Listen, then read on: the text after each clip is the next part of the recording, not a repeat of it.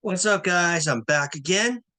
I'm going to resume my thoughts on the last University of Hawaii men's basketball season, the 2022 Big West season, with basketball season underway. Of course, another summer break has come and gone for me. I'm still hopefully waiting to hear back from ESPN Honolulu about interning for the fall. But anyway, we're actually going to be covering two games this time. One of which I did cover. The other, someone at my local college newspaper had took some of my workload. But first of all, if you recall the last uh, thoughts that last video I did it on the UC Santa Barbara game at home that the University of Hawaii ended up winning 72-65 after clawing back from a 19-point deficit to win that game. UH was down 23-4 to UC Santa Barbara. And from that point on, UH outscored them 61 to 30,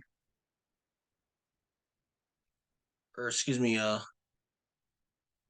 or 65-62 was the score, I should say. That was the CSUN game.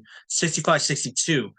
They were down 23-4 on UC Santa Barbara. And after that, they flipped the switch and they ended up outscoring them 61-39 from that point on. So we're going to be doing a road trip for the Bows, which unfortunately did not go as planned. But first of all, before I get to that, we're going to start with UC Riverside, first of all, which is a good defensive team. But first, I'd like to show you all my Prince story.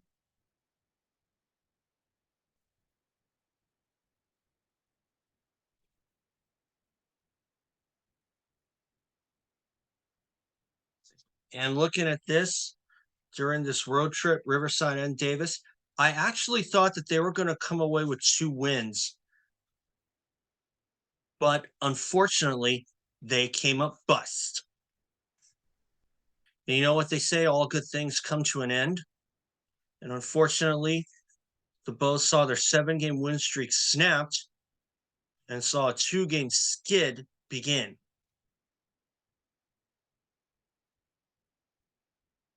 So first of all, we're going to cover UC Riverside, and I'm going to share my screen here.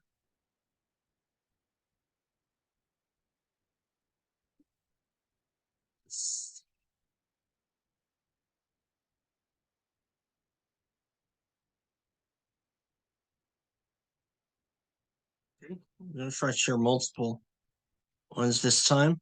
We're going to start with UC Riverside first of all.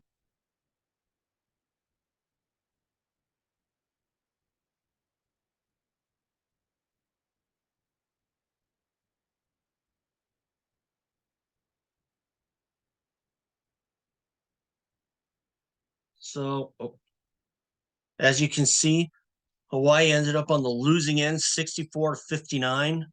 This one kind of went down to the wire, but unfortunately, it ended the wrong way for Hawaii because they actually had a pretty big lead at first, and I kind of thought that against a team like Riverside that they were going to be able to get 2 wins over them, but unfortunately, their first game against Riverside, which was for home, was canceled due to COVID-19 concerns in the Riverside roster. And unfortunately, UH also had some COVID concerns of their own, causing them to cancel their first 3 games. 4 if you count the final game of the Diamond Head Classic. And of course, Riverside, they're a good defensive team, but it seems like every time they go up, UH goes up against Riverside, I feel like I'm looking at 2 wins on a silver platter. And unfortunately, something goes wrong in either the first game or the second game. And this was their first game against them. And unfortunately, it didn't go well. So let's take a look here.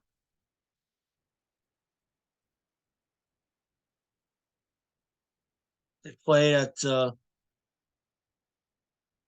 SRC Arena at Riverside. And as you can see, they saw their 7-game win streak come to an end. But overall, it was a kind of a back and forth thing, but they were able to hang with them. So that's kind of a good thing there. But these two guys, Callum McRae and Zion Pullen, they're really good players, and they certainly proved it in their tournament game for sure. Or at least Zion Pullen did, because Pullen led the way in the tournament game. But we'll get to that in another video. But these two combined for 19 points each, 38 total. But Kamaka Hepa did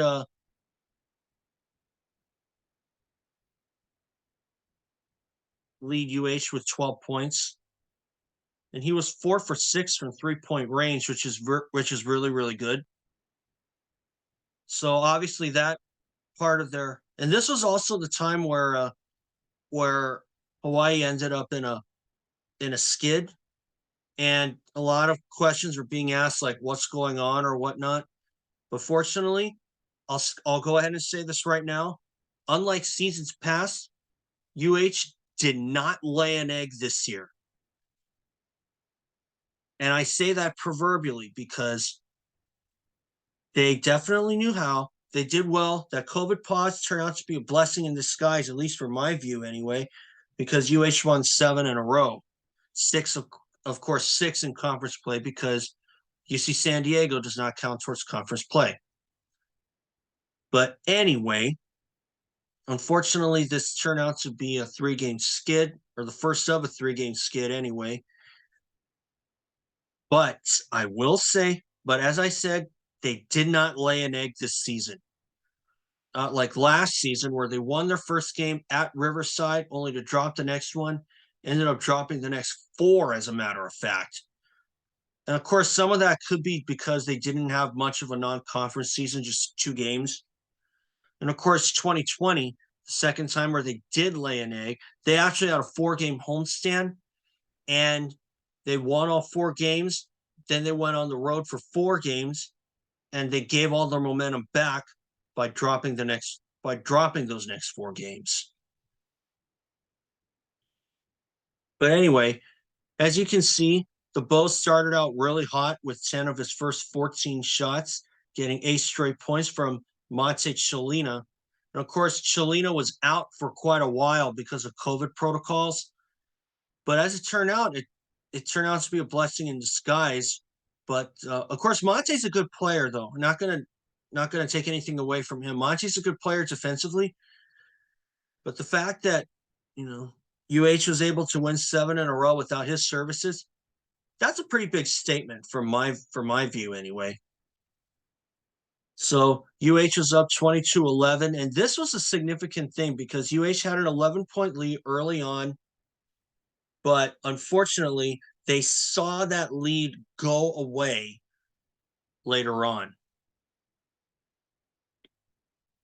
Fortunately, UH held the lead after the first stanza, but they couldn't hold it overall.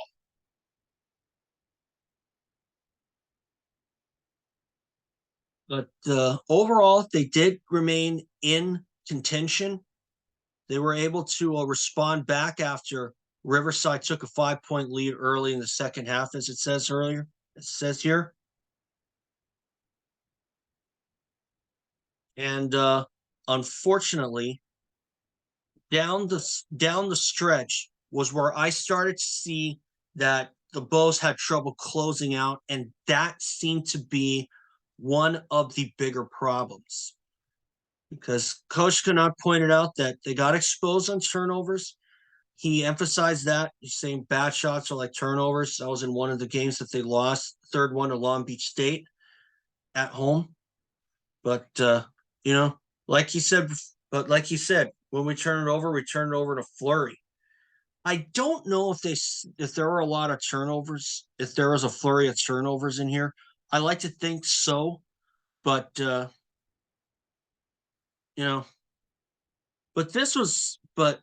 home stretch of this game, that's where I saw the problem for the Bows, because they could have won this game And I emphasize could have if they had played a lot more controlled.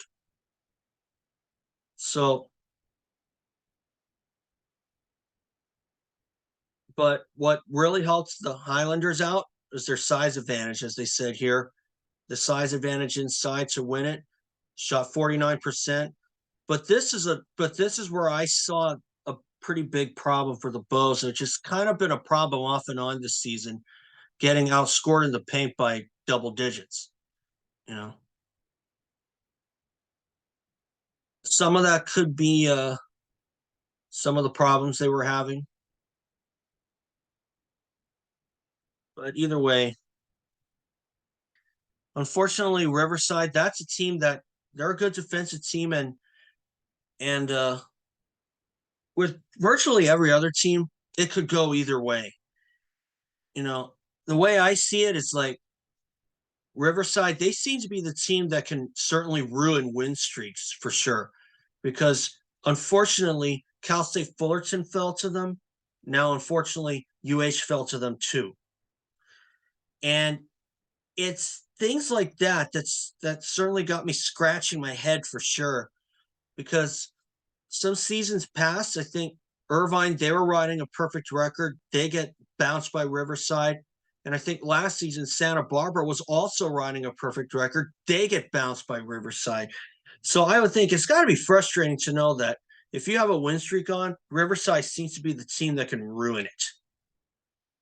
And we should know. So unfortunately, it ended in tragedy for the Bows. Siobhan McClanahan with a 3-point shot at the buzzer with 7 seconds left, as it says here.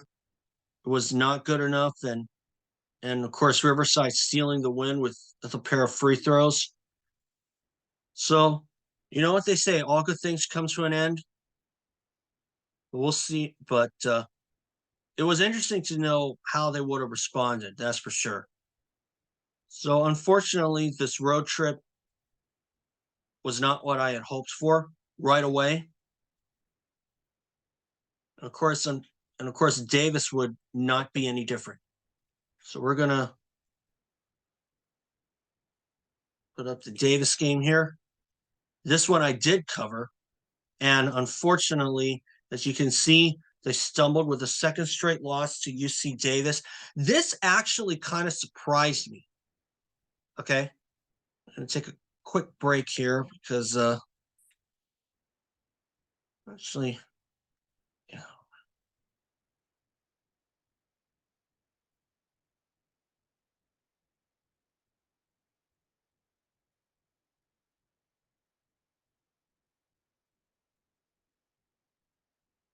Actually, no, I don't think we'll take a quick break. At least I thought I was felt like I had to use the bathroom, but we'll hold it here.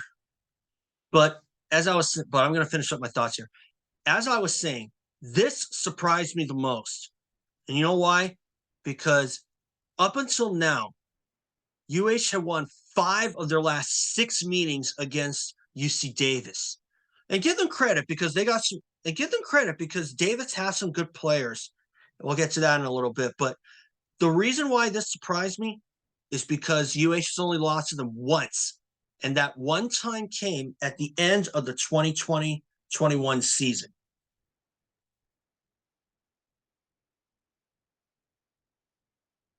But as I said, give them credit. Davis has some good players in their front court and back court. Like they have Ezra Mannion and Elijah Pepper and Christian Anigwe. And those 3 players factored into UH losing this game.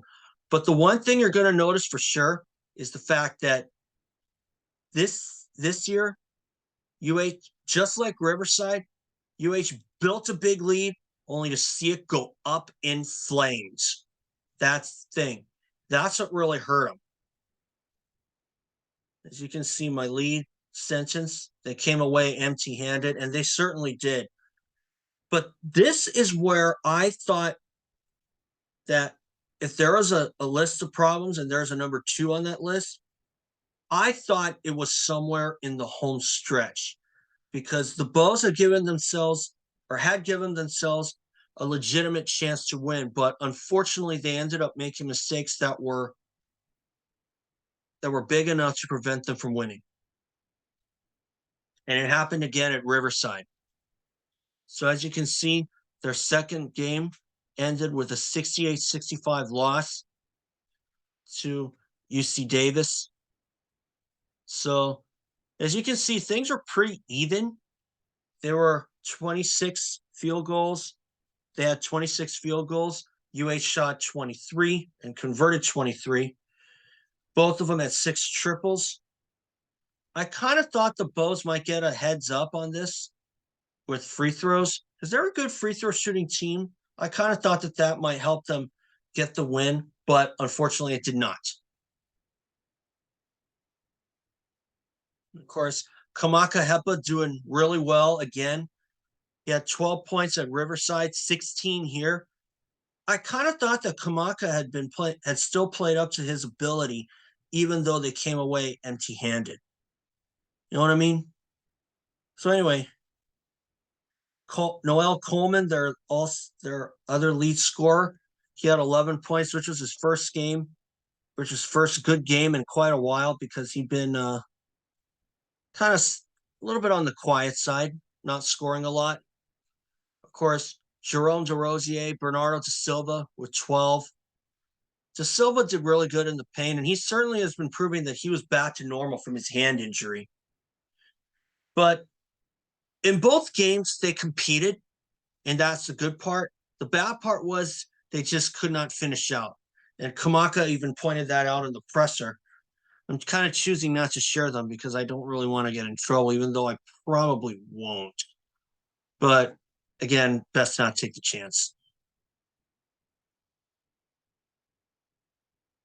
And they had to take care of the ball, and that's what both Ganot and Hepa emphasized that during that presser there. That was back in February. But at the first half, the Bulls did pretty good, 3 for 3 they were perfect 3 for 3 from 3-point range in the first 11 minutes. Jerome DeRosier leading all players with 10 points on Hawaii. But unfortunately, everyone else had 5 or less. I kind of thought that might have played a factor as well. It's just an instinct. But this is where Ganot emphasized the turnovers here. They had 3 turnovers in the first half, 4 for Davis. But in the second half, it was all UC Davis in terms of turnovers because the Bows had 10 turnovers in the second half. They probably could have ended up with a little less than double digits if they managed to control the ball better. How many turnovers did UC Davis have? 2. That's the difference there.